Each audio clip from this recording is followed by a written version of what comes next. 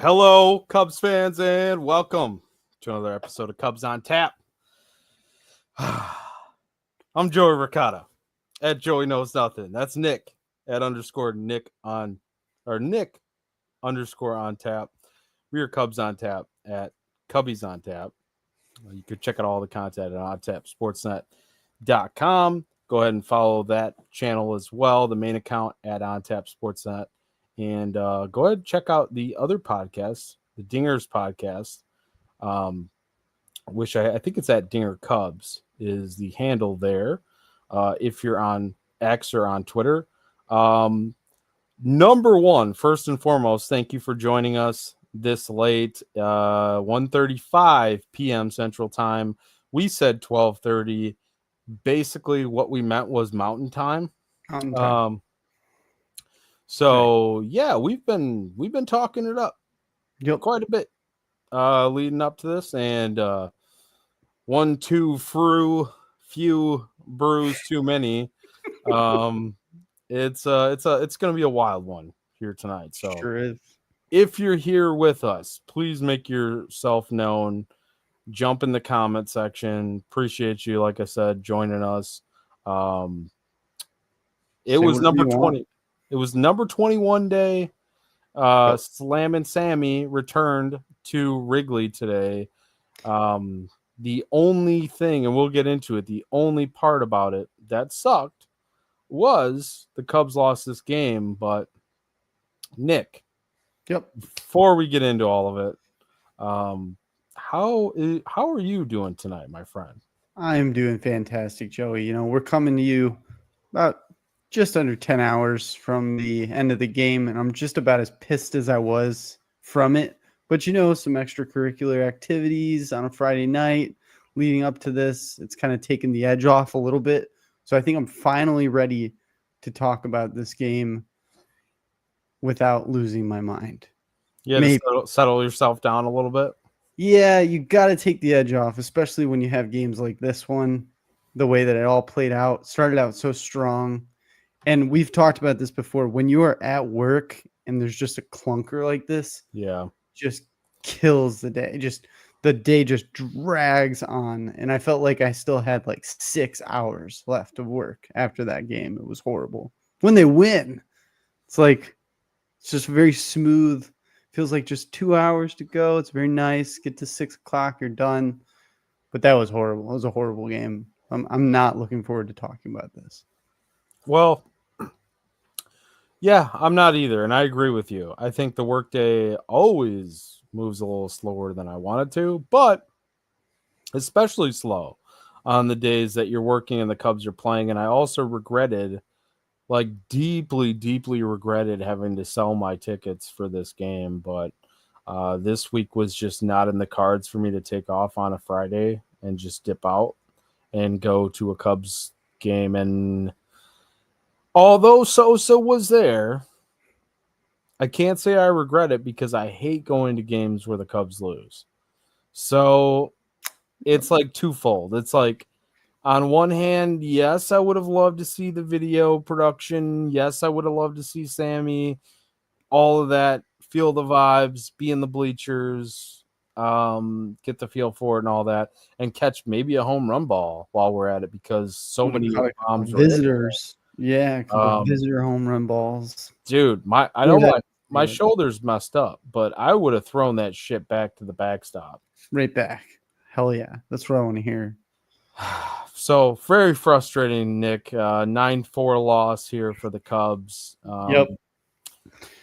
Before we get into the game itself, I want to talk about just summarize yesterday's game between the Brewers and the Cubs, which ended in an 8-7 defeat where the Brewers took that game. That was a tough one. It was a Taillon start. Taillon didn't have his good stuff.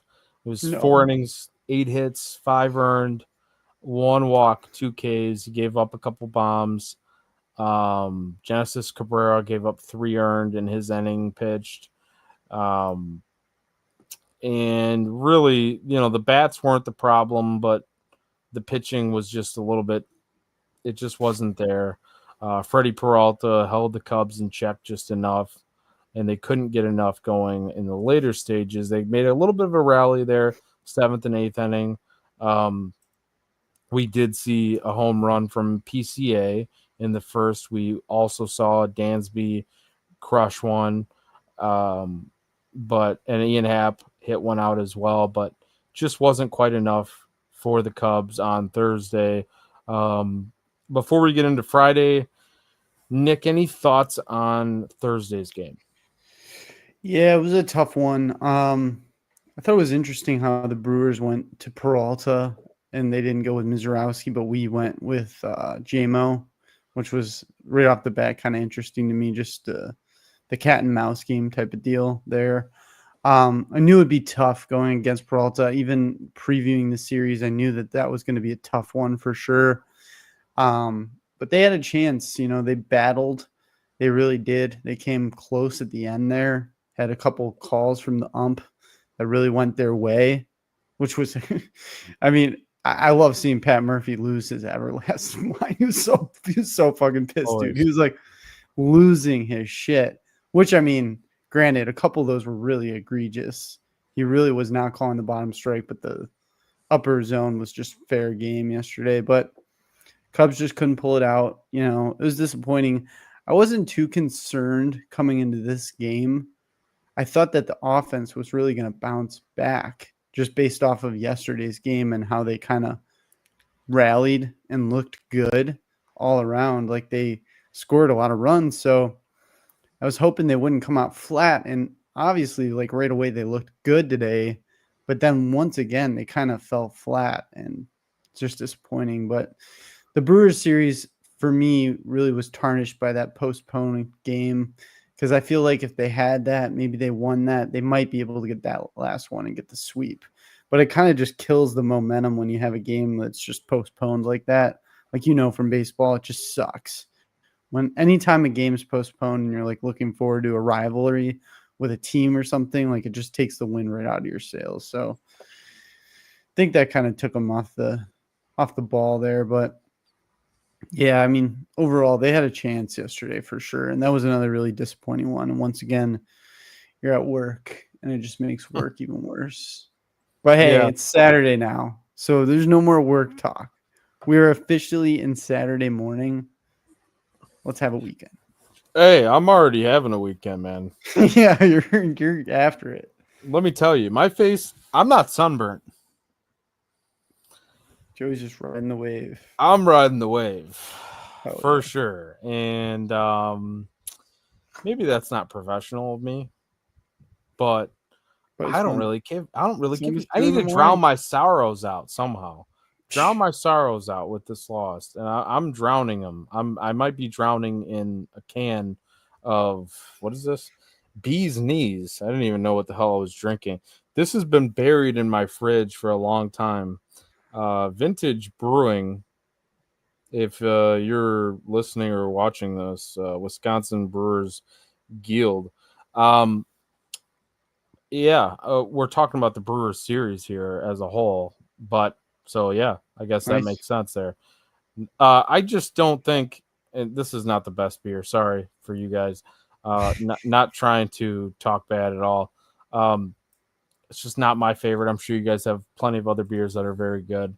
I think that this series as a whole, like you said, Nick, it's not much of a series. When you get the postponed game, it's a 1-1 split basically at this point until they make up that other game, which at that point, to me, it becomes a part of the next series that they face each other. And I think they tagged it on to another series later in August. Yeah, they did. Yeah. The doubleheader in August. So we'll see how that kind of shakes out. I think a 1-1 split is not the worst case scenario. No. It's just a little bit frustrating with how it played out.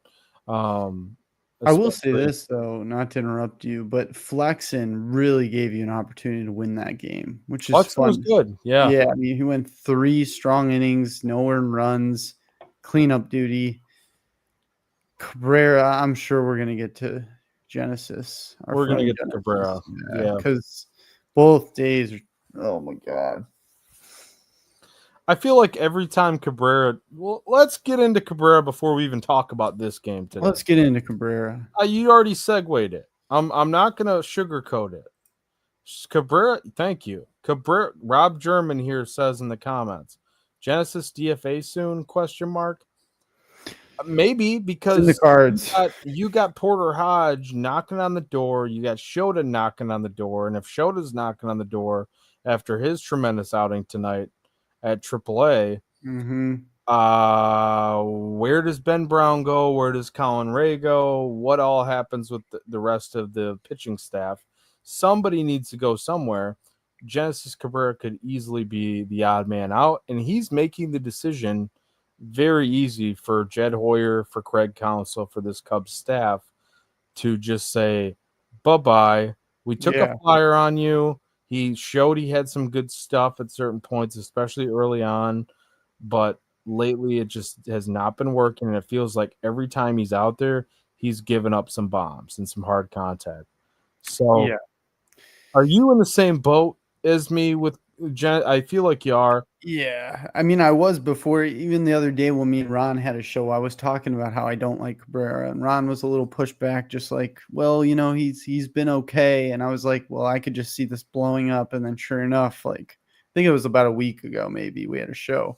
The thing is his stuff is so flat, probably looks like a beach ball to those guys up there. Like they just pound it. And then the other thing that he does that I really dislike is like he doesn't work in the zone in the moments where he needs to. Where they have a big lead, just throw fucking strikes, man. Just get it in the zone and get the outs. Like I've noticed that as well. Yeah, but then it's close. He doesn't walk a ton of guys, but he's not when you need him to just throw the ball over the plate. He prolongs things.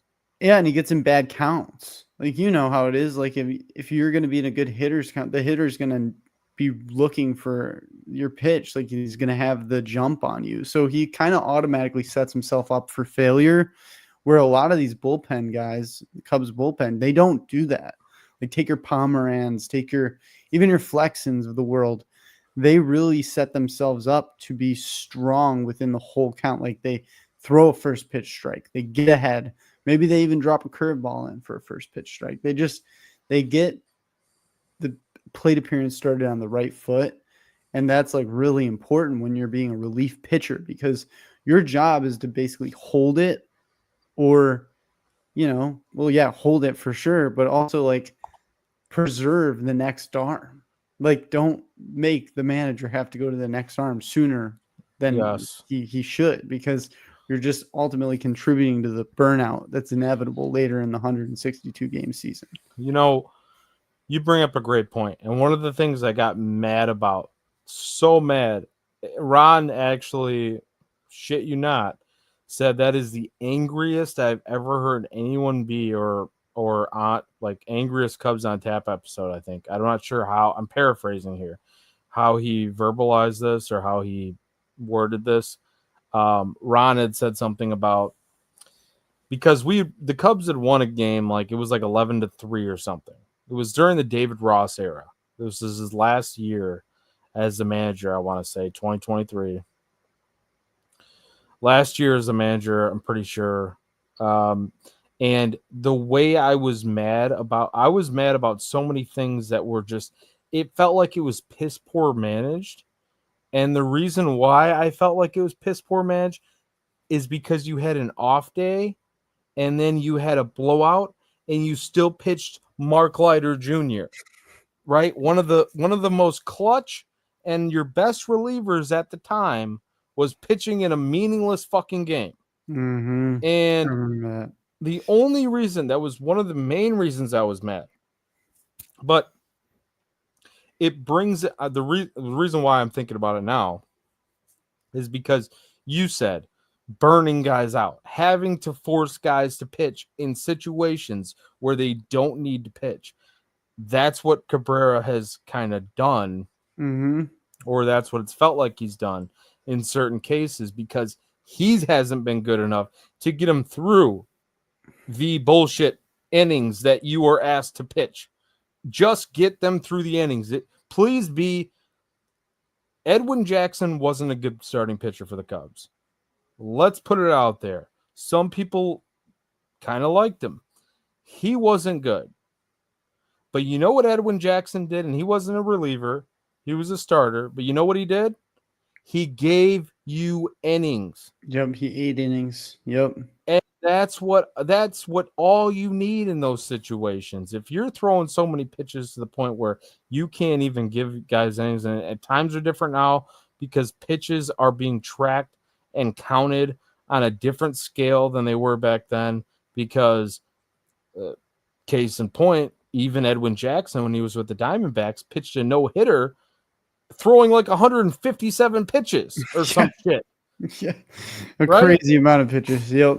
So, like, it's a different era. I understand that. So, Never see it him now. giving you the innings is not the same as today's day and age giving you the innings. But the point still remains. If you don't have the guys that can get you to bridge you to the next game where it's more important, that guy has to go.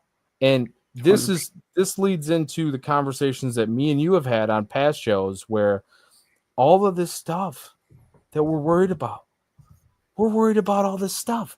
Who are you gonna replace who with? Who's gonna go into the starting rotation? Who's gonna go into the bullpen? You know what? We don't have to worry about it. No, because it all gets figured out. It all gets figured out. Yep. One dominoes to fall.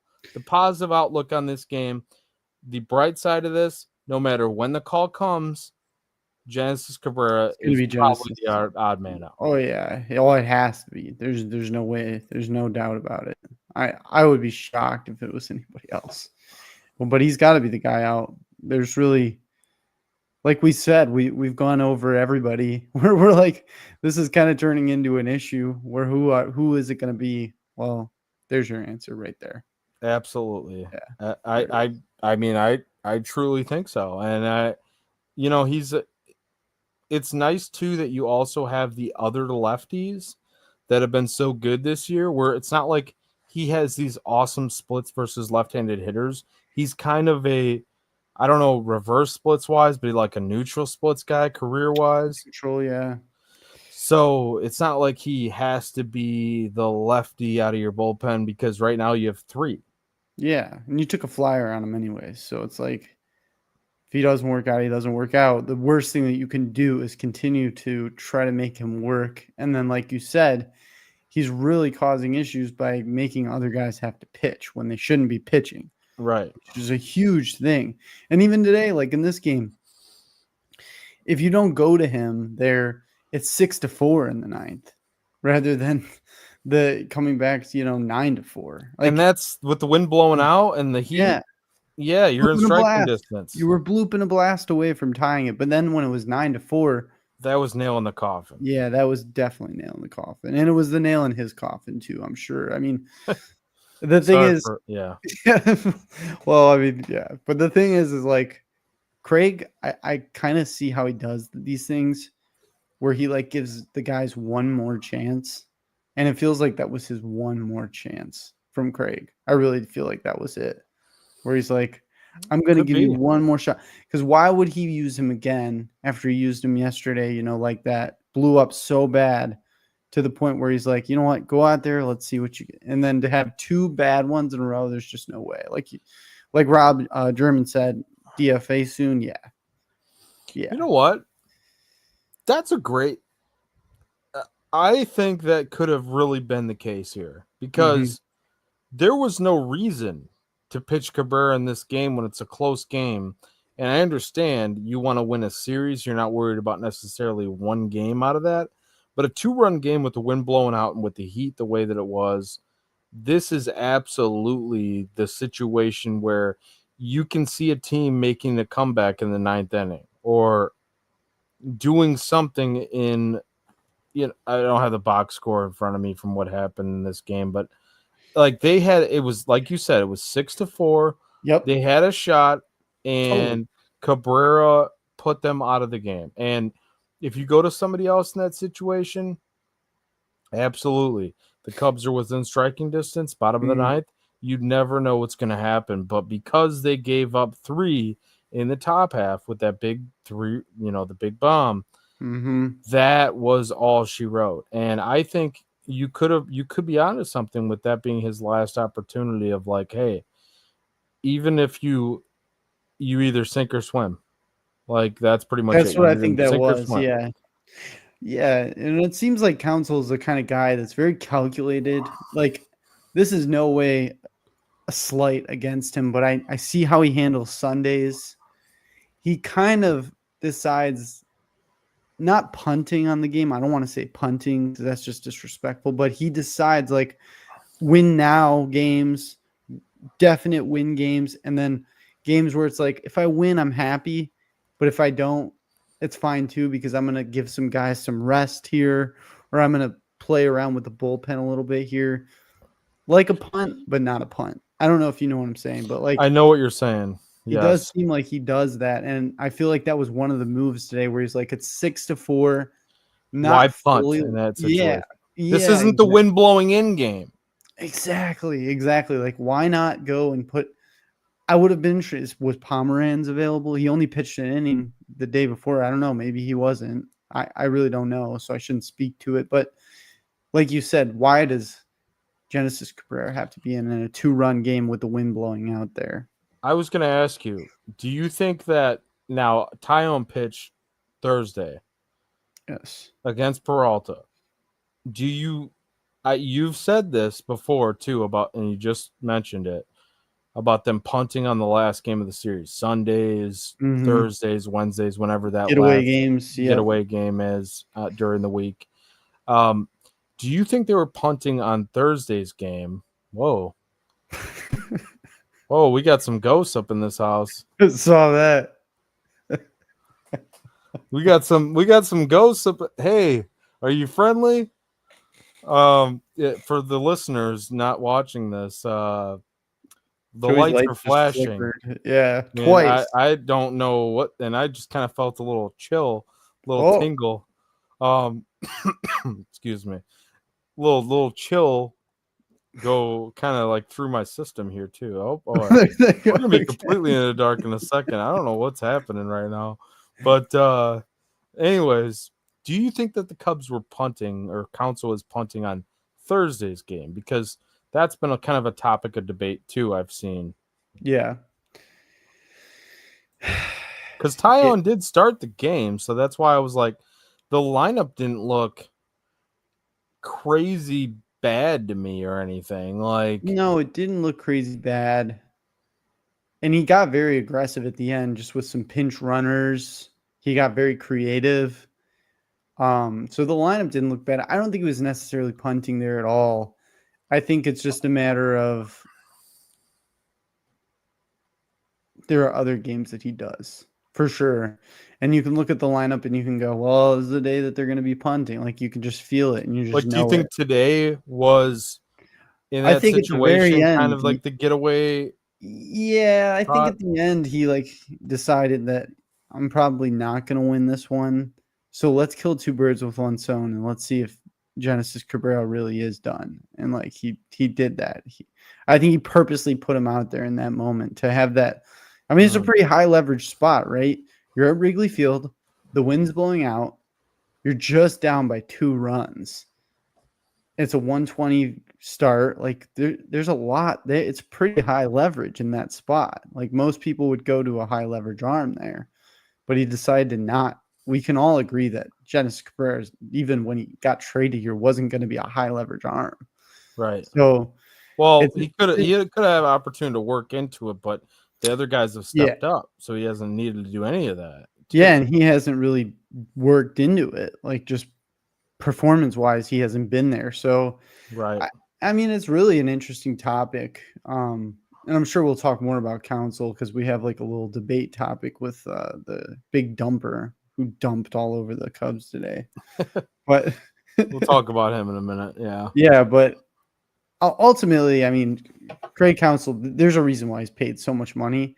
He thinks a lot deeper than what we're going to think sitting in our couches and not doing the job that he is doing. I The shouldn't even ghost put of Harry Carey is trying to find Joey another beer right now. comments on the screen while you're talking No, it's because I feel funny. like no, that's the problem because you're gonna stop your train of thought, and I like the thought process you were on. I just thought it was hilarious, so I clicked on it.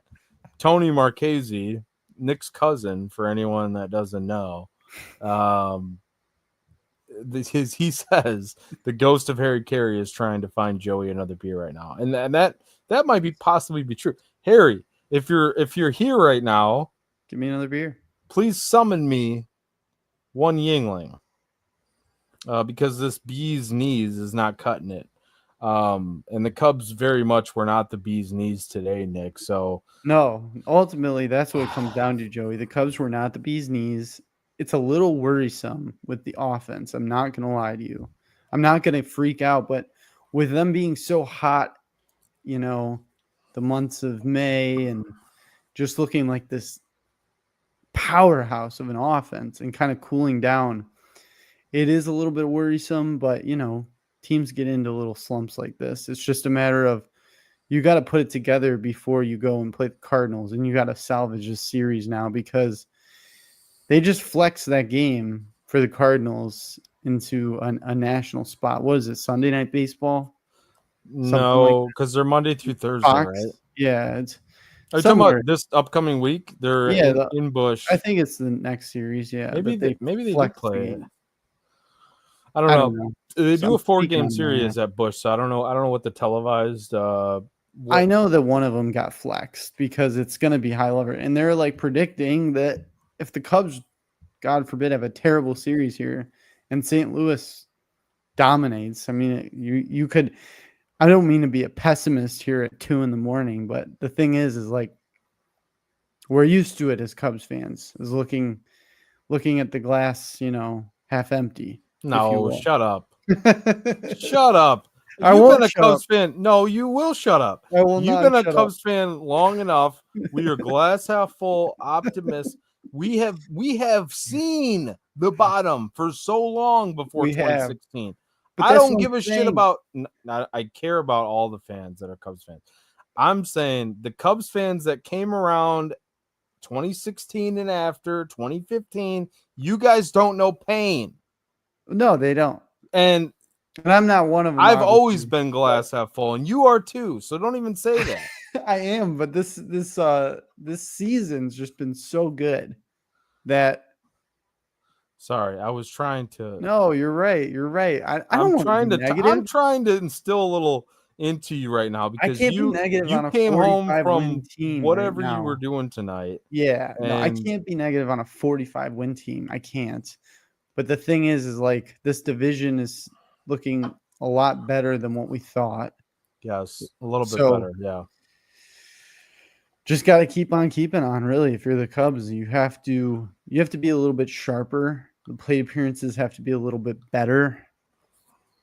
But there's not too much we can really rag on them about because they're good. I mean, ultimately that's what it is. They have been good this year. It's just and I said this in my cousins group chat that are both White Sox fans. I said, "Oh, Cubs can't catch a break yesterday because the Sox, shit the bed against the Cardinals." And they go, "Well, you're in first place." And I I sent Don LaGrecha, the Yankees rant, the radio host rant, and I put, yeah. if the Cubs would do the right things, they'd be the best team in baseball. It's true. They've lost. We have so many games on our spreadsheet where we're like, if they would have just won these games, they'd be better than the You know Tigers. how many we would have had from last year's spreadsheet, though. A lot more. All right, so There's shut up. probably 6 games this year. So I'd shut venture to up. say 6 or 7 games. 6 games compared to what, though? 15. Okay, much better. That's what I'm saying. The sky's not falling. Not yet. Okay. I want to zoom in before we zoom out because I All want right. to zoom out in a minute and get to the hot topics of where people are like very frustrated too. Sure. And like where you might even be frustrated, Nick, because like there's some things that are kind of like, it's worrisome, but like I can't say I'm complete panic mode. I know you're not complete panic mode, but I'm like not leaving. I'll zoom into today's game, right? First, we have to mention, and I don't look at this. See, your own cousin says you guys have nothing to complain about because White Sox. White Sox fan. That's all you need to know. That's all you need to know. It's bad. We over hold there. ourselves to a higher standard here, Tony. Ouch. Well, we do, but I just have to say, let's first talk about this. Hell yeah. Let's get on some positive notes, Nick. Positive We could notes for also you. argue this, but I think you're on the same page as I am with this whole thing. Always. Number 21 returned for the first time after 21 years. Sammy Sosa, Slammin' Sammy, returned to the friendly confines. Big return. The long ball for the Cubs was there today. The Cubs today, between Happ with the leadoff bomb, Reese McGuire's bomb, but both of those were solo shots, and the Cubs pitching after Matthew Boyd really is what let the Cubs down today. But I loved seeing, I'm just going to say this, I love seeing all of the PCA and Sosa content and their interaction. Yep. Loved Sosa on the air during the game. Loved the ovations, the video package. All of it was well-deserved. Mm-hmm. So well-deserved. Long overdue. I also loved hearing and seeing him on the post-game with Cliff Floyd and Cole Wright. Yeah. Everything, Nick, everything was perfect except for the outcome of the game. You know, he was doing the kissy fingers, tapping his heart, and doing the peace sign to the fans, to, you know, this time to the fans, because I'm pretty sure, probably should double check this, but I'm pretty sure. Sorry, I'm doing too many. All of that was to his mom when he was playing. When he was playing, I'm pretty sure, if I remember correctly, that's what that stood for, and he was doing that to the camera to his mom. This one, without a doubt, especially with the ovation and him coming back to Wrigley and him being there and doing it out to the crowd, was for the crowd. Now, for the fans, yep. The reason why I love the PCA stuff so much, the interaction, the, you know, PCA being such a fan and all that. It's old generation. It's my generation as a kid. It's what brought me into Cubs fandom. It's what brought me into fandom as a baseball fan. In 1998, that season really, like, captivated me. It was, I was not even 8 years old. I was 7.5 years old, turning 8 that year, 98. My mom used to call me Joey Sosa.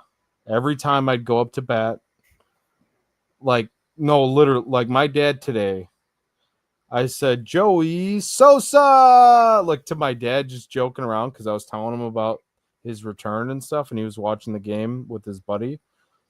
And he's like, well, didn't that used to embarrass you?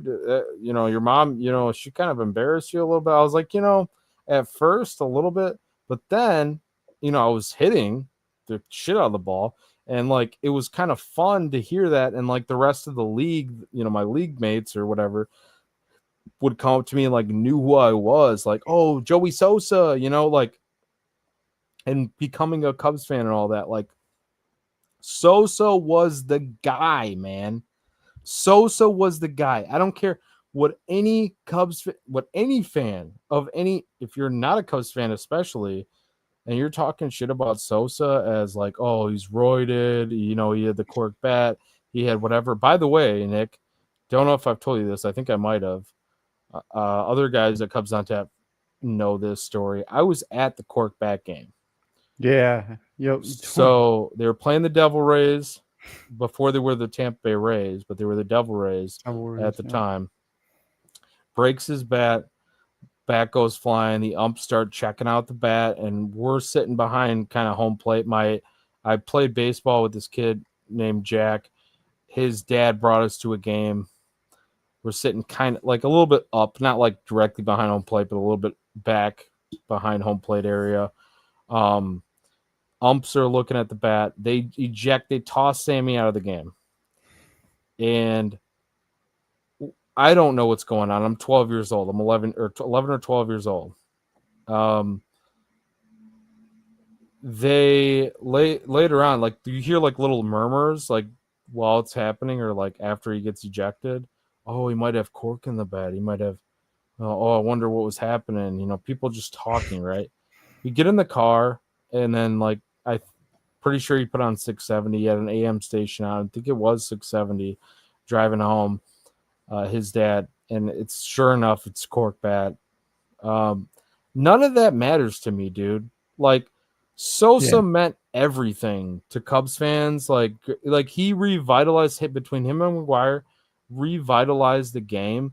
It's a Yeah. Yeah. shame that he had to spend so much time away from the game before this, but away from Wrigley. Like should have gotten this done so much.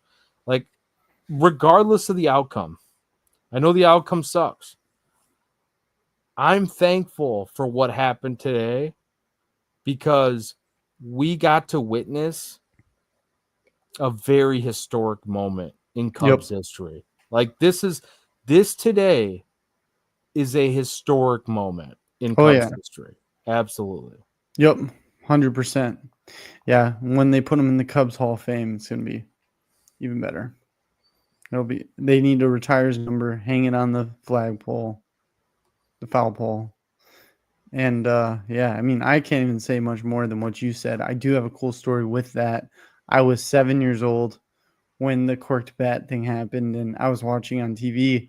I loved Sammy as well. He was like my favorite player. And when he got ejected, I cried really hard. I cried. My dad's like, "Don't cry, it's okay." He's just, he like made up a bullshit excuse, so I wouldn't know what had happened, but I think my dad knew Oh what yeah. had happened. But yeah, dude, Sammy is amazing. It's just a damn shame that they couldn't get this done sooner. But like you said, it's such a historic moment for them to do it today. It takes away the sting of the loss like a lot when you really look deep into it and you think about it and what he means to the Cubs and everything he's done for even just baseball, like you said. Like it's deeper than just this loss today. This was a huge day. And like I said, I wish it happened sooner. I never understood the whole high horse thing with Ricketts and the cheating. I And didn't either I because know there it's a were so very many hot button players. topic. Yeah, and I know it's a hot button topic. And the whole thing is like I'm on the side of like there even like guys like Barry Bonds, right? Like you can look at him.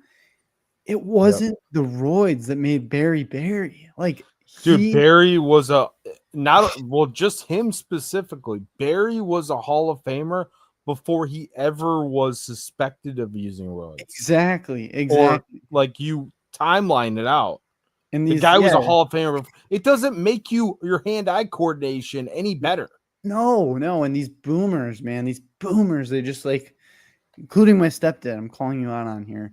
They take that and they're like, oh, he's a cheater, just automatically a cheater, like, and they just disregard his entire career, and it's such bullshit. I hate it so much.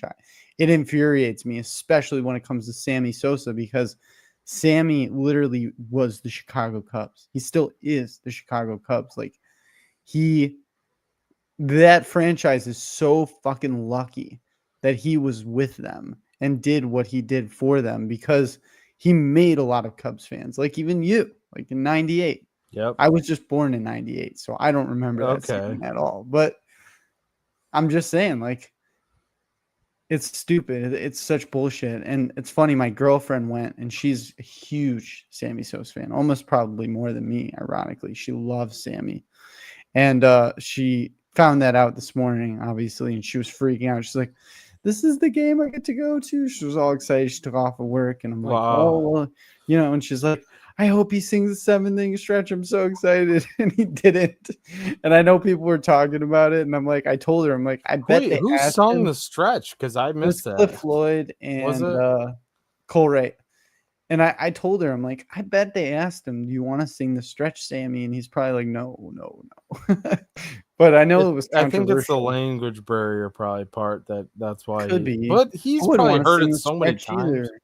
Well, I mean, it's a hard song to sing. First of all, like you Well, just we already sound like went an through the idiot debate regard. of like We did. We went the other day with not that even song. debate, but like the words that tick you off when people miss them. Yeah, with the crowd, right? So, I Yeah, mean, yeah, we don't need to go back to that. But I gotta pull this up though. you can't be as. I still do. Nick's used to try to cork wiffle ball bats I back still in the do. I day. made one last summer. It's awesome. Well, can I Well, borrow for it? the listeners, because it's a late night show, it's fun. You take, a coping saw. You got to do the yellow, skinny yellow wiffle ball bat.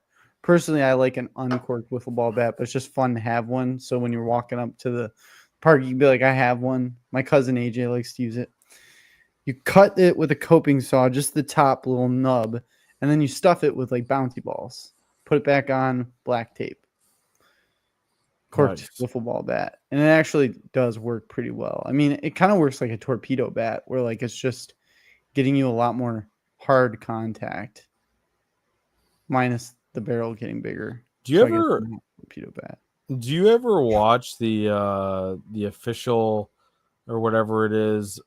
I mean I think it's official, but like it's a wiffle ball league or Yeah, yeah, that's cool. Like it's really cool. I've I always can't wanted to like play in it, watch too much of it because I'm like, all right, well, why am I just not watching baseball at this point? but it's But like, cooler, right? I'll check it in like on YouTube. I'll watch some of the highlights or some of the games every once in a The while. ball moves crazy, like crazy. The way the ball moves, I love wiffle ball. I love wiffle ball. Tony knows, like I love it. It's probably my favorite thing in the world. I love Dude, wiffle. if you know how to cork a bat, I mean, like, what are we doing? Let's sign up I for the mean, I league. play without. I'll play without a cork wiffle ball bat. I'm a wizard with a wiffle ball bat. I just gotta know though. So Tony also says here, did you guys hear the story of other players peeing in Sosa's locker when he left? I might have heard the story. I never really like gave it that much of a thought, I guess, because I know that there were players when Sosa was playing, and especially towards the end of his career, that just didn't like him Yeah, because there were also stories about him with the boombox, blaring the music and stuff, and just all kinds of stuff that was happening where it was a little bit like Sosa got a little too big for his britches, even though he was the superstar, and that's why I thought today was so cool seeing him with PCA because it's like two eras, two different eras of superstars. One mm-hmm. that's in the making and plays center field. Sosa played True. right field, but like two different eras of superstars where the fans are very endearing of them. Yeah, And this story in particular about, like Tony mentions the peeing in the locker and all that. Well, it could be worse. You could be Moises Alou and you could be peeing on your own hands and not using batting gloves. So I don't know. Like, does yeah. Sosa really gives a shit about that? Probably not. Probably not. I mean, Sosa just cares about the game. Back then, he just wanted to be a powerhouse, be a machine, and he was. He didn't care about all that. And honestly, like you say, he got too big for his britches. Yes, but also when you're that level, when you're that tier, It's I hard feel like not you to. can do whatever you want. Yeah, like you should be. You earned it. You earned that right. And there's a lot of guys in the MLB right now that like act like that and didn't earn that. So, 100%. and there are some guys that like are amazing, like Hall of Famers that don't act like that, that are stone cold sober and don't even give you any emotion. So Hmm. it just depends on the personality type, but ultimately, like Sammy, Sammy's just the best, and it was so cool to see him there. And I'm just sad they couldn't get him a win, but he'll be back. He's going to be back there. Like I said, the Hall of Famer. That's what's awesome to me, dude. He's gonna be back, and I wouldn't be shocked if one of the things he mentioned on the post game show, talking with Cole Wright and with Cliff Floyd, was what were those I think they asked him the question, and apologies to you guys if I'm not verbalizing this the right way, but I think the question was asked of what were those conversations like? What was it like talking with those guys in spring training? Or because he went to spring training Mm-hmm. What were those like? And Sammy said, a lot of guys are trying to pick my brain, basically, trying to figure out how I did things, how I was good for so long. And one of the main things he went back to was the hard work. You have to put in the consistent work. You have to be willing to make adjustments, always be adjusting, and I think that's something that every ball player can look at and say, that's what I need to do. Now, you hear it on the other side of the scale where a guy like Pete Rose will talk about the game and says, never change your swing. That's what got you to the big leagues. You go up in the box, back in the box, towards the plate, away from the plate. Like Mm-hmm. that's the four directions that you go. You do not change your swing. You keep it all the same. That's what got you the big leagues. Sammy, not saying he necessarily changed his swing, but he's always making adjustments. Now, whether what those adjustments were, I'd have to really like analyze it to be able Sure. to tell anybody what those were. But But he was making adjustments to his I would, swing. like listening to him even at CubsCon, right? We were there. We got to listen to him. Sammy was just one of the best speakers there. And it wasn't because he articulates everything perfectly. He doesn't. But he's able to explain things in a way that's like, holy shit, man. Like, you should probably be a hitting coach. Like, Hopefully, no, he becomes a hitting coach for the Cubs. I think he would benefit. Even if it's not the Cubs, I would love for him to be the hitting coach of the Cubs. Don't get me wrong, absolutely. Don't go anywhere else, I please. don't want him to go anywhere else, but he would. You would be dumb to not bring him on, even if he's an assistant to the hitting coach, right? Yeah, You could have a 100%. main hitting coach and have him as an assistant to the hitting coach. Now, Sammy might look at the offer and say, I already got millions. I don't need your $500,000 contract. Whatever. Sure. I don't know what I don't even know what these guys get paid, but he might look at it and say that's not worth my time. Whatever the case may be, but I think he can definitely help a team. Nick, with that said, though, I do Yeah. want to get into specifics of this game. Yeah, Um, this game was frustrating, man. it Like was. Yeah, I had nine a few things. 9-4 loss. The Cubs obviously they jump out. They're losing 1-0, and then bottom of the third, you got you get a leadoff home run from Ian Happ off George Kirby, who this dude's a really good pitcher, and I know he's been out this year. Like he has been hurt for most of the year, and he's still finding his bearings. This was the perfect time to catch George Kirby while he's still finding himself Mm-hmm. on the road, pitching at Wrigley, big capacity crowd, over 40,000 in attendance at Wrigley, wind blowing out, nice weather, perfect time to catch George Kirby. Hap hits that home run in the first inning, solo shot leads it off. We're tied 1-1. Then, you get Tucker, you get Seiya, Seiya with the double, Tucker on, like, it's second and third, nobody out. PCA goes down. Swanson goes down, which I'm pretty sure that was the one that was the fastball that was right down the middle that he just missed. Mm-hmm. It was bad. Fuck, man. What are we Yeah, doing? I And know. he's 0 for 4 again today. He's That very was spotty. frustrating. Yeah, it's very frustrating. Thank God, dude. Thank God for Michael Bush. 2 outs, second and third, gets that little bloop single into left Mm-hmm. field. 3-1 Cubs. You're feeling good about yourself. The Mariners end up getting another one, and then the Cubs get their fourth run off the Reese McGuire bomb, which looked really pretty there. I think it was the fifth inning. Sorry. So it's 4-2 Cubs. Bullpen comes on. Matthew Boyd pitched a really pretty damn good game. Only 5 innings, but only 2 hits, 2 earned, Had 2 lead. walks, Yep.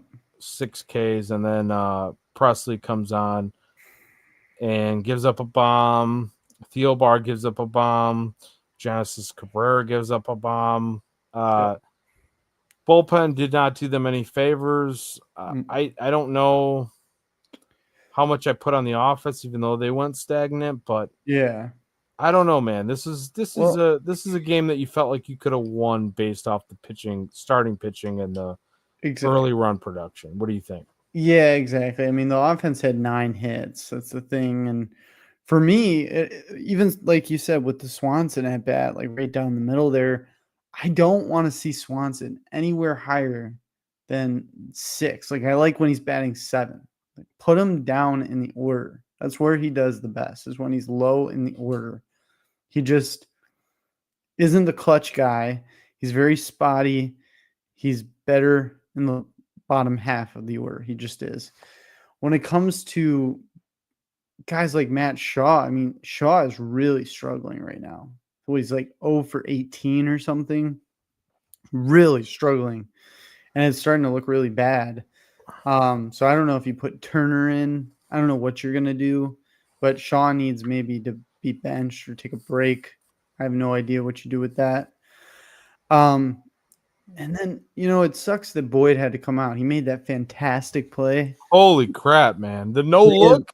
Yeah, but he had a bruise like on his shoulder, and that's why he had to come out of the game. He had a Hmm. bad bruise, and it started to like tighten up on him and everything. But holy shit, what a Yeah, catch! because he only threw. Let me look at it. He only threw 76 pitches. Exactly. Yeah, he would have gone another like inning, maybe 2, maybe. So that sucked because then he had to go to Presley, which was interesting that he went to Presley there.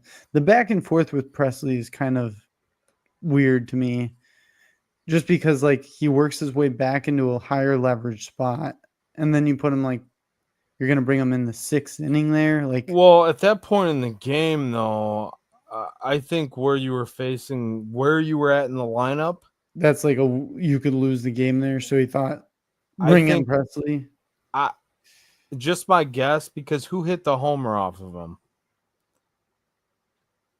Carver, Was it Garver? But that's or was part it of the order. Dumper? I'm gonna look right now. Might have been Seventh Big inning Dumper. off Thielbar, sixth inning off Press. It was Garver, It but was that's Garver. 1 on 2 outs. That means I'm pretty sure that Rowley batted and so did Arozarena.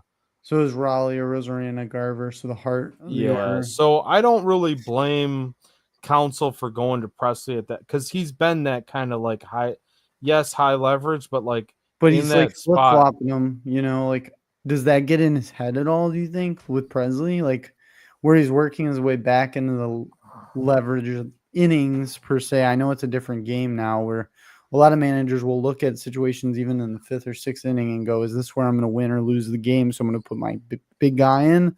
But maybe is it getting in his head? I don't know.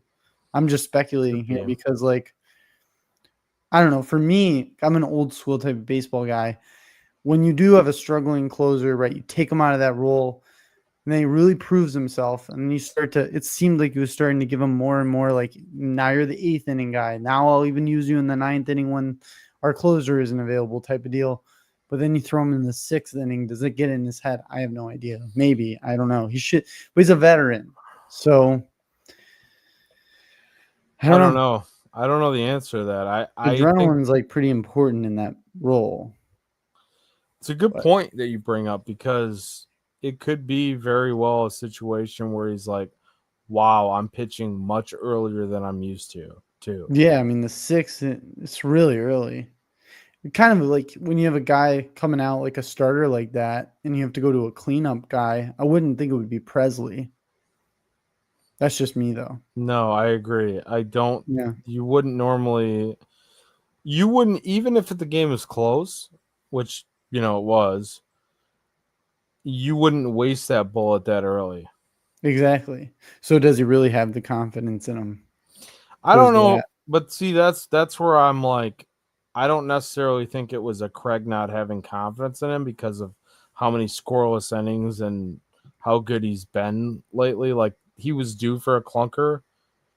I don't necessarily think it wasn't not having the confidence in him. I think it was just a matter of this situation in particular was just poor timing. Yeah. Yeah.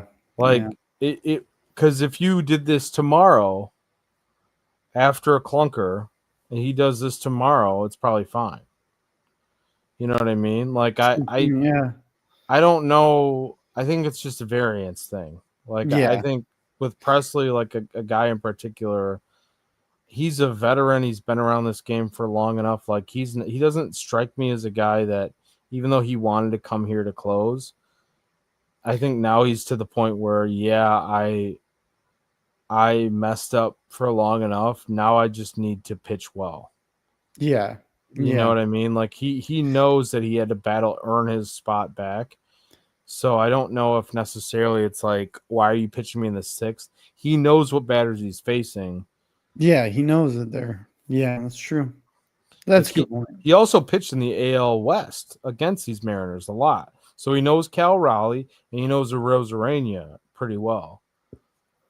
And those are the big guys, the big guns up there. So So I don't know. You could look at it 500 different ways and we'll never actually know the answer. I feel like you could do it with the same thing that we were talking about off the air a little bit with Cal Raleigh. Like, to me, as a manager, correct me if I'm wrong, when you're coming into a game and you see a lineup like the Mariners, there's one guy you circle and you say he's not going to beat me.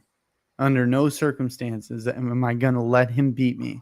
And that's Cal Raleigh. Yep. Like, any baseball fan would be able to do that. And I don't know how much leeway the pitcher and catcher have in calling a game, where, like, does the manager get involved type of deal. I don't know how much it is, but to me as a manager, I would be like stressing he's not beating us. Even if you have to walk him 4 times, he's not beating us. So Let me ask you a question. Before this season, looking at this lineup, before this season, yeah, look at the lineup they had right now. Pull up their box of who was in the lineup. Who would be 1 and who would be 2 of the guys that you would circle in the lineup? well, Julio Rodriguez for sure.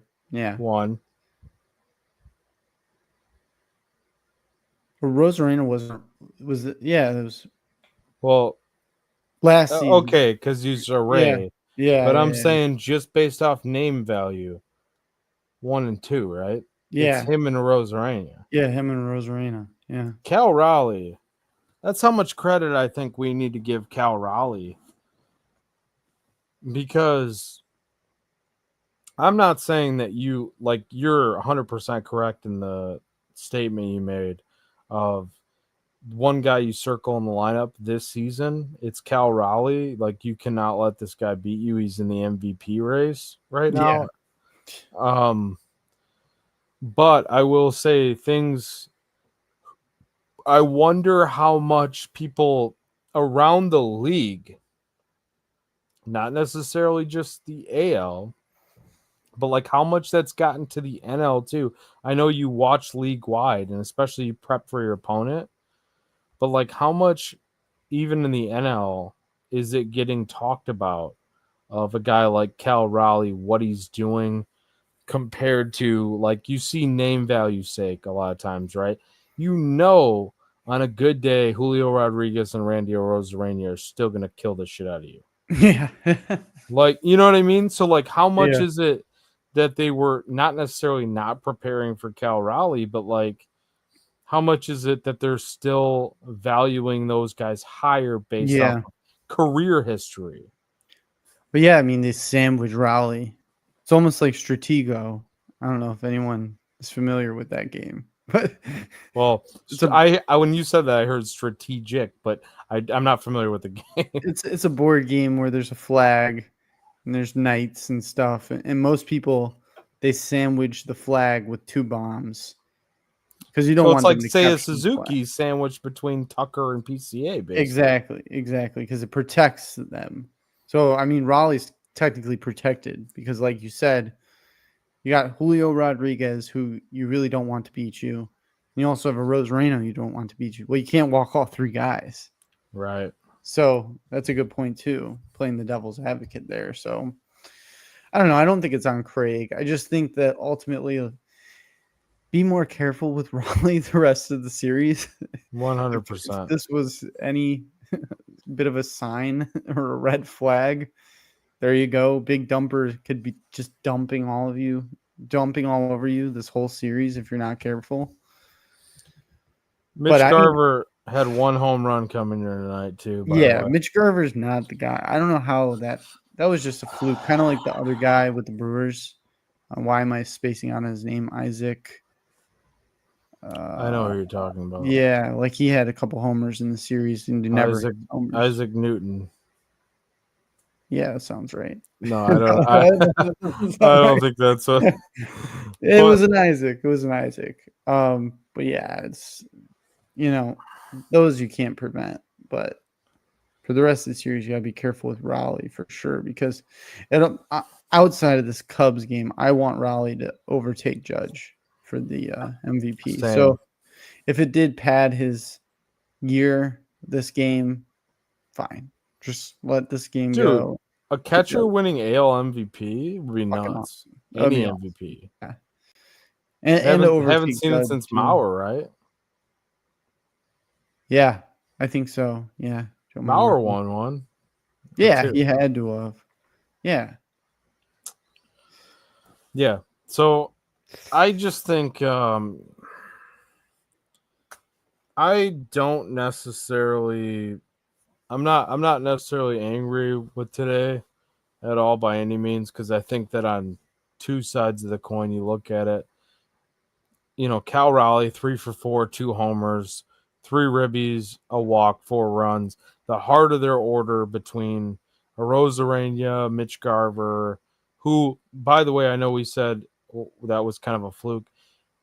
Mitch Garver, years past, has hit for a ton of power. He just hasn't had it this year. Yeah, just not this year. But he's been Um, good before.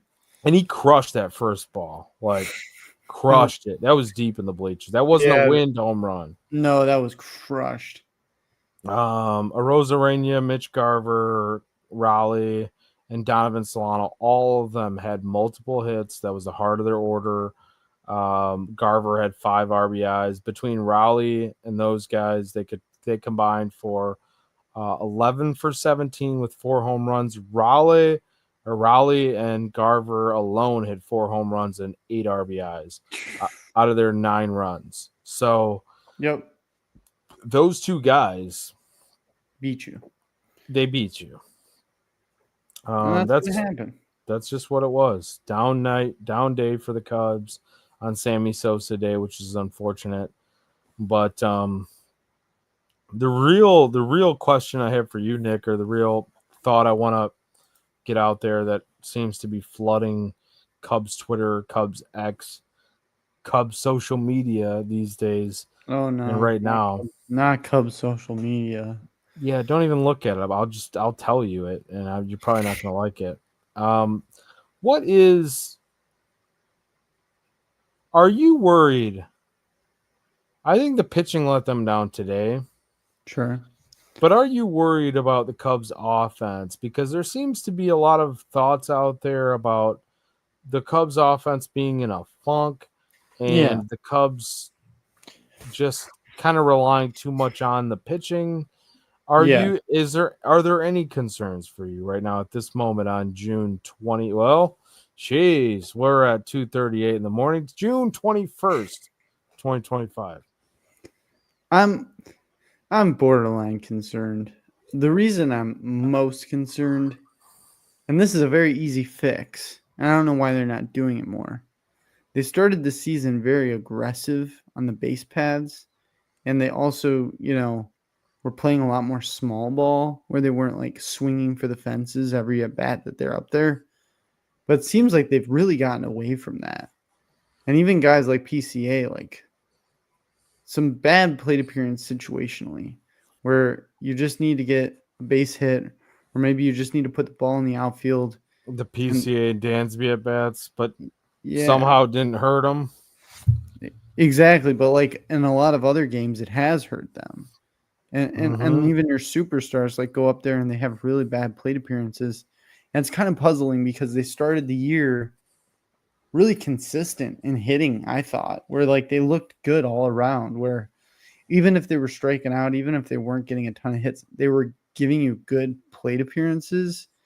And for me, that's like my biggest thing with offense. Like, I don't care if you're hitting a ton of home runs. Like, it's really underrated when you go up there and you have like a 12 pitch at bat and you take a huge chunk out of a starter.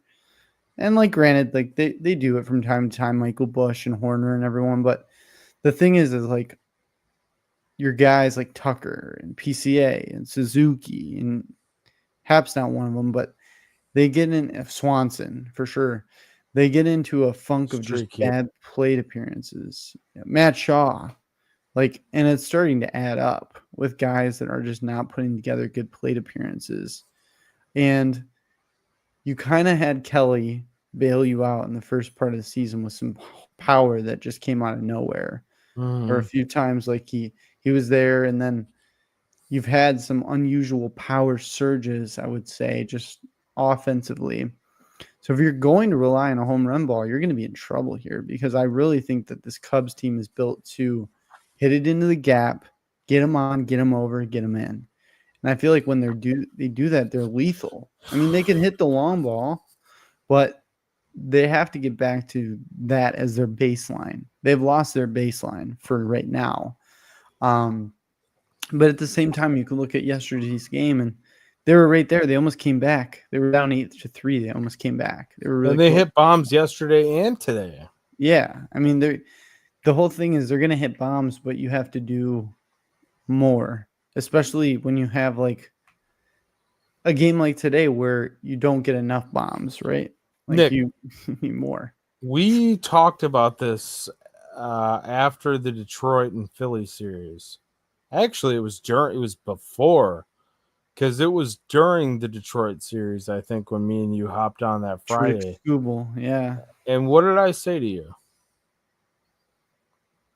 One of the things I was worried about was they're relying too much on the home run ball. That's exactly what you said. Yep. That was after the Scooble start. Yep. They are relying too much on the home run ball. And to me, I love the home run ball. You're never going to say, oh, I'm never going to tell you. Even if it's a solo shot, I'm not going to say that was a bad, wow, don't hit a home run. Great, hit a home run all day long. But like, it goes to exactly what you said of it's too much of that. Not necessarily too much of that.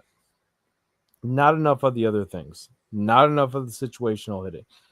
And a guy who we haven't seen a home run from in quite some time at this point, I will say this, that guy looks locked in right now. Kyle Tucker. If there's one guy who's not hitting home runs, but is doing everything else at the plate, Yep.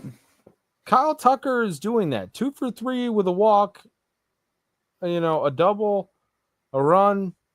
Kyle Tucker to me, and that's why I keep picking him in my dinger picks. Same. Yep. Because Kyle Tucker is right on the brink of another hot stretch. And he's missed them just a couple days. He's just missed it just a couple times the last 2 days. And we've both picked him for dingers, and I've agreed with you on that. That's why I left him out of the whole spiel of players that are having bad plate appearances, because he's definitely not one of them. Right. And that's what they need, is like more guys that are like doing that. And as you know, baseball is a funny sport. Like the ball is going to find some grass. It's going to. They had a lot of hard hit balls off Kirby that did not find grass today, too, by the way. Yeah, exactly. There was a couple double plays at first. Those suck. Those absolutely suck. Just eyeball test. When that happens, I feel like you lose the game. When that happens twice, which it did twice, where you have one out guy at first, line drive out, double play, line drive out, double play, just wind right out of the sails. So, all right, question for you. Tomorrow, with what's on tap, we have Emerson Hancock against Cade Horton. On Sunday, we have Colin Ray going up against Logan Gilbert. I love Logan Gilbert. That's my boy. It's a tough one. Question for you, though. PCA went 0 for 4 today. You love taking PCA in your dinger pick after going an 0 for. You already know.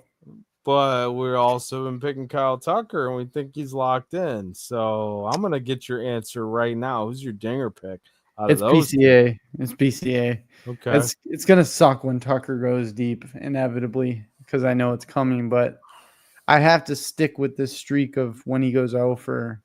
I gotta pick him because he's just hungry. He's just got a different mentality when he goes over. I said I was gonna tell you. I don't want to go back on my word, so I probably will. Like I'm telling you on your PCA calls Sure. on the offer. Over, yeah. So I'm gonna go with it because I can't be a hypocrite. But if Tucker goes deep, it's I'm gonna gonna be suck. pissed. It's gonna suck for both of I us. think I'll bet on Tucker to go deep, and I'll pick PCA in our PCA dinger is your pick. dinger. I like that. Put That's some what I'm real gonna do. money on Tucker. That's what I'm gonna do. Yeah. So let's just go back to some of the comments. Tony's saying not just White Sox, Chicago sports is used to the bottom falling out. Absolutely. Exactly. Also, That's why I was a pessimist earlier. But also had a point about I think it was a Sosa point at one point. Right here. Are you guys happy that Sammy was back today? Ultimate question: do you believe he's a Hall of Famer, or no? Based on the history, yes, it's a Hall of because Fame. I don't buy into the whole steroid. Like, not saying he didn't use steroids. I'm saying, to me, that's not a good enough reason. I'm pretty sure, could be wrong now, and PCA is definitely going to change this.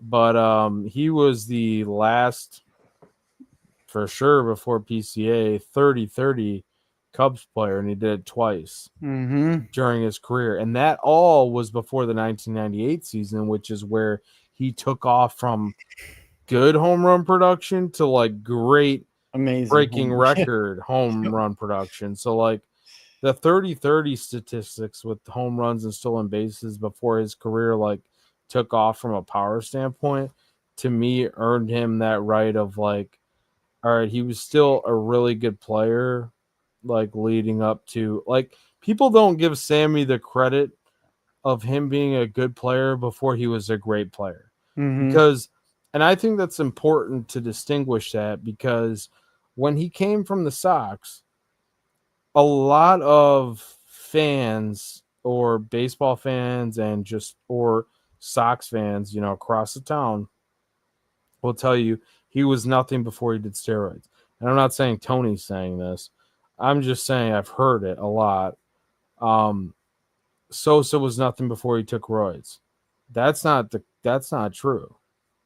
Like we don't know the specific timeline of before when he Mm-hmm. took roids, but if the timeline is he started taking roids when he started breaking records and all that, same goes for Bond, same goes for a lot of these guys. He was still a damn good player. Like he was building into something really good. Mm-hmm. So I can't. I think he's a Hall of Famer, man. Not only that, but like these guys, it was a different era. They were letting everything slide. They were almost like encouraging it. And Yep. these guys deserve a place in history because, like you said, Nick, and we talked about, the hand-eye coordination doesn't impact that at all. No, they changed the game too. That's the whole thing with Sammy and McGuire is they changed the game, and you have to recognize that. So I say 100% he's a Hall of Famer. I know you get a lot of flack for that, but it's so stupid. Not for me. No, I just think it's so stupid that anyone would. They just can't look beyond the cheating. Come Whatever. on. Yeah. Like How go many try to hit a baseball. Go do as many steroids as you want and then go try to put up Sammy Sosa numbers and then come back to me. how many tests did you cheat Come on. on in school? A lot. I'm just saying that's what these people they've done it. Same people that are mad about it. They've Oh done yeah. it. Yeah. Exactly. All right, Nick. Final thoughts on today's game and what do the Cubs need to do to pull out a series victory and take the next two against the Mariners Final before thoughts are, Cardinals? we're 11 hours or 10 hours now removed from the game. let's go ahead, as in the words of the old famous Pedro Grifol, let's flush it. Fuck. Is that for Tony specifically? It's for all you Sox fans listening here at 2:49 a.m. Sickos. Yeah, just flush it. It's like you said, can't rely on this home run ball. I hope they really move away from it tomorrow. If any, by any chance, any Cubs players are listening right now, small ball it tomorrow, just for a little bit. Baseline, right? Baseline, small ball. Add on with the home run ball. Get more aggressive on the base paths as you were early in the season. Put the pressure on the pitching, and good things happen every time. And I say it with every single Horton start. Don't put the pressure on him, get a lot of runs so he can throw strikes and he doesn't have to be so cute and he can stay in the game longer. That's your recipe for success on a Horton start. So, yeah, man, that's my final thoughts. It was fun doing this late night show with you. We actually had looks like we have a good amount of people watching for this late night show, so that's exciting. Yeah, what are you guys doing? Night owls like us. Yeah. Are they drinking too? Where's Ron at? Ron can comment all day on Twitter. Oh, hey, when are you guys going live? Paging Joey. Paging Ron Nick. might have the phone on an angle like in a twilight where he can't comment, but he's listening. Where the fuck are you at? I know you're there, Ron. But we did it. We're going to have more late night shows, I'm sure, as the season goes on. Maybe we'll have some good playoff late night shows, hopefully. Oh, yeah. We 100% are going to have. Well, not 100%. Let's get through this series. Let's get through the Cardinals series. Let's get through the Cardinals series and see where we're at. I got my dinger pick for tomorrow is going to tell you. Let's go PCA. Fly the W pick. I don't know if I'll be on Sunday's show because I'll be playing on Sunday. Men's league, whatever. Don't have anywhere near what these guys are doing, but I will be exhausted, and that's why I will probably not be once I get back into town on Sunday's show, or I guess tomorrow's show. Now that we look at it, it's almost 3:00. That's weird to think about. I don't want to think about that. Yeah, let's not think about that. My Fly the W pick for we used to do this all the time. Fly the W pick for Monday through Thursday against the Cardinals, that series. It's in Busch Stadium, so got to go with Michael Busch on the road, especially too. Yeah, that's my guy for that series. Who you got, Nick? Let me go with a really spicy one. I'm going to do it so that we can clip this and I can either look really dumb or I can look like a genius and I turned everything around for him. I'm going Matt Shaw. All right. I think he's going to click.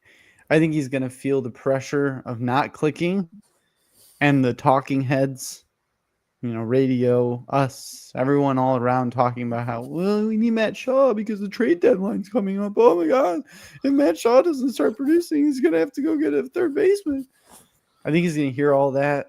He's going to use it as fuel to his fire, and he's going to have a hell of a series against the Cardinals. So he is my player for the Cardinals series.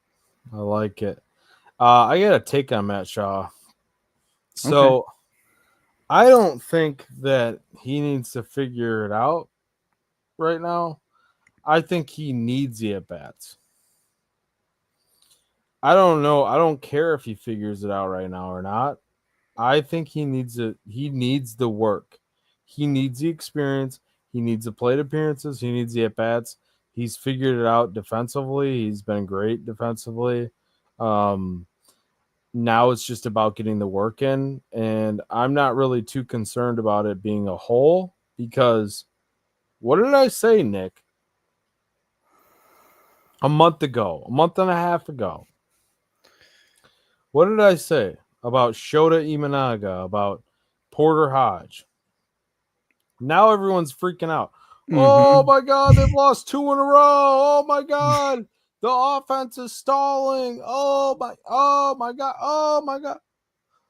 There's still 15 games over 500 in first place in the Central by a pretty good amount. Like, they don't need him to be a hero. Same goes for Shota. You don't need to Mm-hmm. rush him back. No, no, no. You And shouldn't. and Shota, I had this number pulled up. I'm gonna find it. Good rehab start. Excellent rehab start. He had like 8 Ks. Yep. Like, I'm so looking forward to getting back. I mean, you don't want to rush him, but bring him back. let's see what Shota had today. 4 1/3, 8 Ks, 0 earned runs on 72 pitches. Yeah, that'll play. That'll And work. that's not even going to be his, like, that's early pitch count stuff, trying to build up to an 80 to 90 to 100 level pitch count, where he's like rearing to go for the majors. Like, by the way, he was so excited when I was watching a little bit of that, and he was so excited when they did the review, because, they have the review at AAA. They did a review on one of his pitches, and it barely caught the top right part of the corner. Mm-hmm, And he was like, mm-hmm. I don't know. He was so excited. Like, I like that. I honestly like. I know we could talk about it for a while. I like that system. yeah, I do too. I don't think it takes away too much time either to It's do it. fast. It's so fast, and like this year, it's been so bad. It's been so bad. Feels like it's worse than any other year. We've had some pretty shitty umps too. Yeah, and like the egregiousness of the calls are outrageous. Like I'm even shocked. I agree. But yeah, that was cool. I loved seeing Shota get all excited. Dude, he got pumped. But basically, to my point, like, I think if you're winning games, there's no need to rush them back. Now, that could all change in the matter of the next 2 games in the series, and the Cardinals series, and the Astros series, and blah blah blah blah blah blah, so on and so forth. But that being said, and I know they've dropped 2 straight here, which isn't good, but also you came away with the last series as a split with your division rival or division challenger, even for the Central. So it's not terrible. You didn't lose any ground against that team in particular, against the Brewers. The Mariners aren't in your division, and I know this, like, the Cardinals, we're not getting any help in that department right now. Thanks, Tony. It's not him, but I'm just saying, Thanks, you Tony. know. But I just think, like, it's not as dire as, like, they need to get back now. No, they don't. No, they don't. Porter Hodge, take your time, get right. Especially Come back Porter when you're Hodge. ready. He had a clunker. Shota, come back when you're ready. Yeah, like the clunkers, get those out of your system. And let's be 100% honest about this. Porter Hodge stuff, but, like, forget his stuff. Forget what he did last year. How good was he when he was with the Cubs earlier this year? Mm-hmm. Dominant. He was your closer. No. Porter? Yeah, he was going to be your closer. He was going to be, but he wasn't. I don't think he was not that good this year. I didn't think. No, he was. He was going to be your guy. Then he got hurt. I'm saying from a production standpoint. Like, he Like was what he going to did be your so guy. far. Yeah, what he did so far this year. What have you done for me lately? Like, his production wasn't there what it was last year. Like, Well, last year he was very dominant. Yeah. I know, but look at his numbers this year. What does he have? Like a 5-something ERA right now in the majors. His majors numbers. Like, I'm just saying, there's no rush to get him to the point where he's dominant at AAA, and then bring him back. Then bring him back. Yeah, I think his leash has to be longer than Shota. Like Shota can come up probably sooner. Shota's probably, like, you Shota's can say an his like asset. pitch count, whatever, and like length and like Yeah, getting stretch him him ready to out. go. But like Stretch him out. he could be called up tomorrow.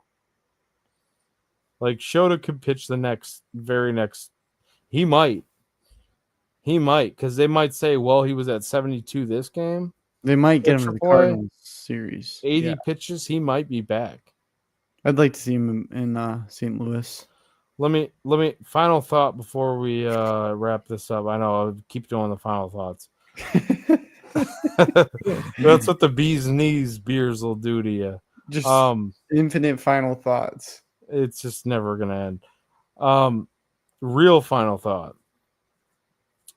Decisions made today. Shota's called up. Porter Hodge isn't quite ready yet, but Shota is. Who's getting the boot from the rotation? Who's getting the boot from the bullpen?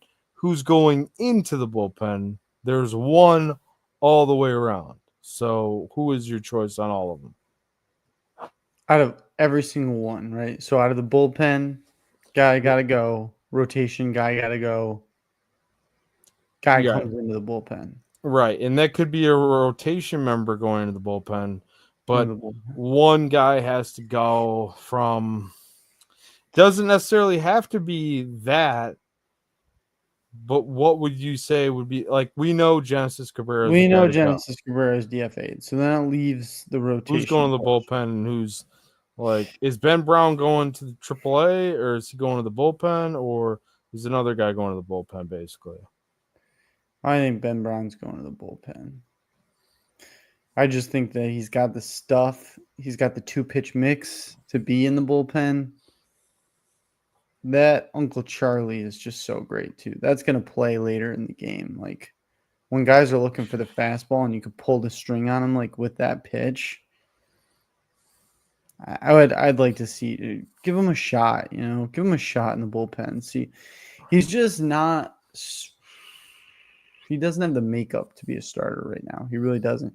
You're not taking Horton out of there. I mean, are you? Are you taking Horton out of the rotation? I'm not. No. Are you putting Ray in the bullpen, like you said? I was there about a week ago or so.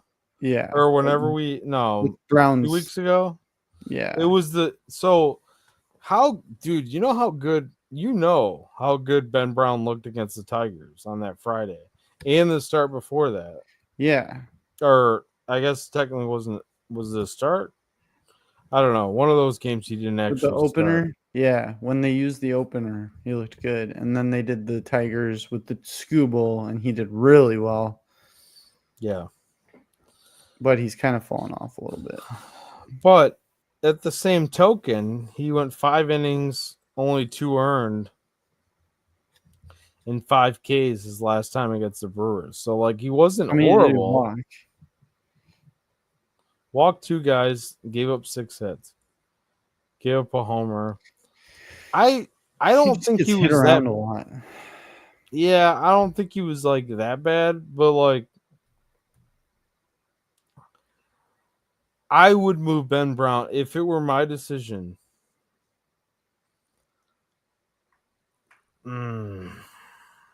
It's tough. I hate it. And the reason why I hate it, Cabrera's gone. That's easy. That's easy. The reason why I hate moving Ben Brown to the bullpen before like putting him to AAA has nothing to do with Ben Brown being able to pitch in the bullpen. It has everything to do with him being ready to pitch in the bullpen, if that makes sense. Like, I want him to go and pitch as a reliever at AAA, call somebody up for like a little bit in garbage time, have them pitch in garbage time, and then call Ben Brown back up and but like, do you hurt his confidence? Either way, you're going to hurt his confidence. So, like, yeah, I was going to say either way, you're probably going to hurt his confidence. Or just like his ego, whatever it is. He might not have a big ego at this point. Unless he gets in there and he just like use it as like almost like a Kyle Hendricks thing. Like, this is just my job now. Yeah. Like when they moved Kyle Hendricks into the bullpen, he just was like, okay, I'm just He going to took do off it. with it. Yeah, exactly. Do you go get Hendricks at the deadline? Final thought. Do you go get Hendricks at the deadline? Another final thought. Another final thought. Hendricks No, arm that you go get? No. no. Nostalgic? No. Why don't we just go get Anthony Rizzo while we're at it? We'll get Hendricks, Anthony Rizzo, and that's going to be our deadline. Just pick them off the streets, pluck them. All right, Nick. Too long a time. Time's up. Time's up. I don't have my watch on, but I do have a farmer's tan. That's why I didn't wear the. See? Oh. It's bad. A little too bright. I'm dark over here. Nick, Cubs on Tap is brought to you by OnTapSportsNet.com. Go ahead and check out all your Chicago sports content over there. We have Bulls, Bears, Blackhawks, Cubs, White Sox, gambling. So we have betting content. We have golf content. Lots of that. Me and Jack will probably have a show coming up this week. I got to toot my own horn for a second. Had JJ Spawn winning the U.S. Open, and that turned out pretty good at 100-1. Jack has been pumping out some awesome content weekly and has a lot more outrights than me this year. He definitely has my number as far as outrights go. So I want to give credit where credit is due. Jack killing it all around this year on the golf side of things. But you guys know us here. We are Cubs on Tap. You can follow us at Cubbies on Tap, Cubbies on Tap. You can follow Nick at Nick_on Tap. You can follow me at Joey Knows Nothing. Why was this number 21 returned after 21 years up the entire time?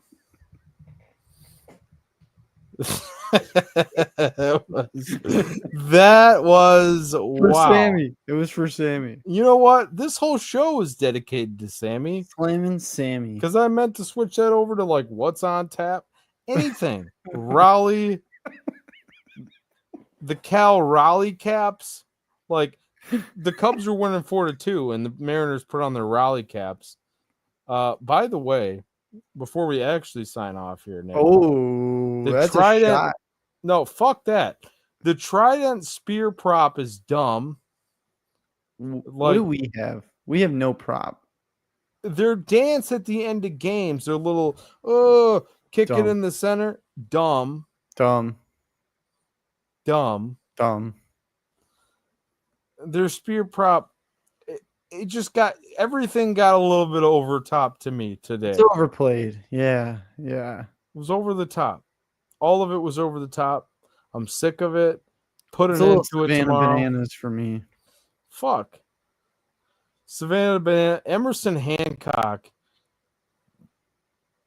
can get his cock handed to him tomorrow. That's maybe not tomorrow. Today. That's a clip.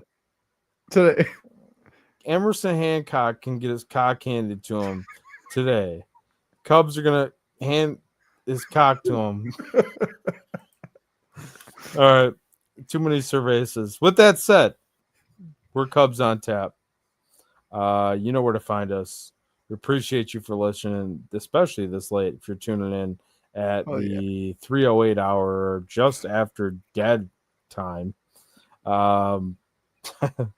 we got to drink another beer and go to bed. So, yeah, that's it.